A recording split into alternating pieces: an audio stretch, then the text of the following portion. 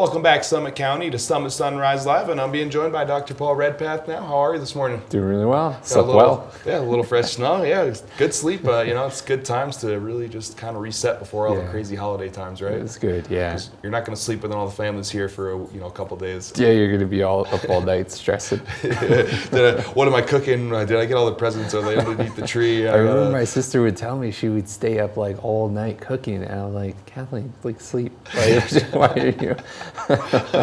Well, sleep is the big topic of the day today. Sleep is super important, and honestly, one of the leading causes to like what your mood and emotion is. Not a lot of people realize, more so than your diet and stuff. Like getting the right amount of sleep can do so much for you. Yeah, totally. And I mean, that's one of the things I'm learning more about is like sleep apnea. Yeah. And we're finding it's a bigger problem than we ever thought originally. But yeah.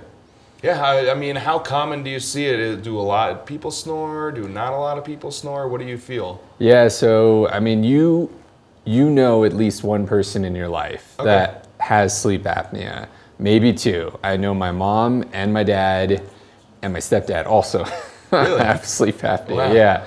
And so you don't want to be sleeping in that house during the holidays. No, it's true. Seriously, I used to be able to hear my mom snore from my bedroom, and she's in the other. Yeah, and it's a major problem, and so common that snoring is one of those things that we're just like, oh, no big deal. Everybody snores, but it has some serious health implications and your overall well-being in life. I know my wife's dad also has sleep apnea, and he, just falls asleep in the middle of the day. Like Really? He can't stay up. Yeah, Wow. he just like goes on his chair, he falls asleep. And some people think that's normal, like, oh, I take a nap, like that's common. But same thing with my mom. She would just be laying on the couch, like watching a movie or whatever, and she'd start falling asleep. And I'm like, that's not normal. Wow. That we just fall asleep in the middle of the day. Like that means that you're losing sleep at night. You're drinking more coffee to kind of make up for the lack of sleep. More just like put a bandage on it instead of actually solving what the issue is. Exactly, yeah. So so it's a common thing, but what is the cause to what is causing people to snore and have sleep apnea? Yeah, so sleep apnea caused a lot of times from a small airway, and it's mostly behind the tongue, behind the soft palate in the back of the throat. So we typically will, when we're laying down, we breathe through our nose, that air goes back behind our soft palate and our tongue. But when we're sleeping, those muscles kind of relax, especially the tongue. Yes. And it will relax to the point where it starts to close off the airway. Interesting. Once it closes off the airway, we'll start to have that sound when it's small. Like when it's real thin, it's going to be like a snoring. You're going to be like sound that's basically air trying to pass through behind the tongue. Same thing. Push your muscles out of the way. Trying to push it, and then eventually what happens is it'll be like, and then it closes off, and so you'll be snoring. But then also you have episodes throughout the night where you'll completely stop breathing. Interesting. And then your brain gets reactivated to kind of jolt you a little bit awake. You're not like fully awake, but it wakes you up so that you're just like, and you move your tongue forward, you move your jaw forward to kind of get the tongue off of the back of the throat there. And that is when people just get disruptions in their sleep, and they won't get good quality sleep because they keep getting jolted back awake.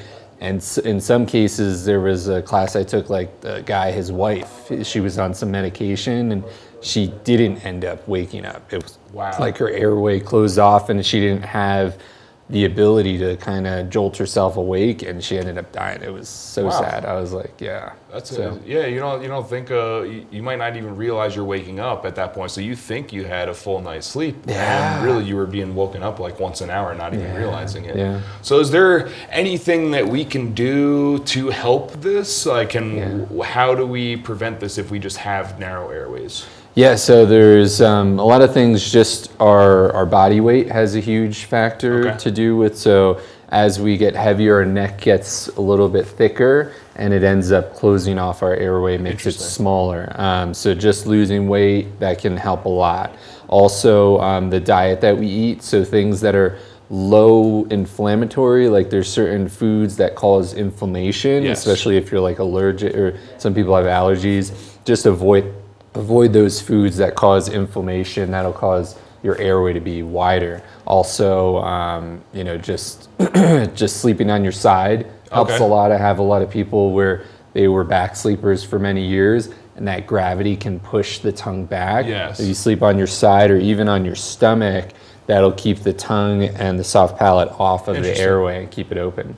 Interesting. Well, thank you for bringing in so much of this information. I mean, as silly as it sounds, how many things just relate back to getting sleep, Yeah. eating correctly, seriously. and it can solve so many of your issues. So appreciate all the information coming in this morning. We're going to head over to Christie Sports. Scott's standing by, and we're going to see what they've got going on over there.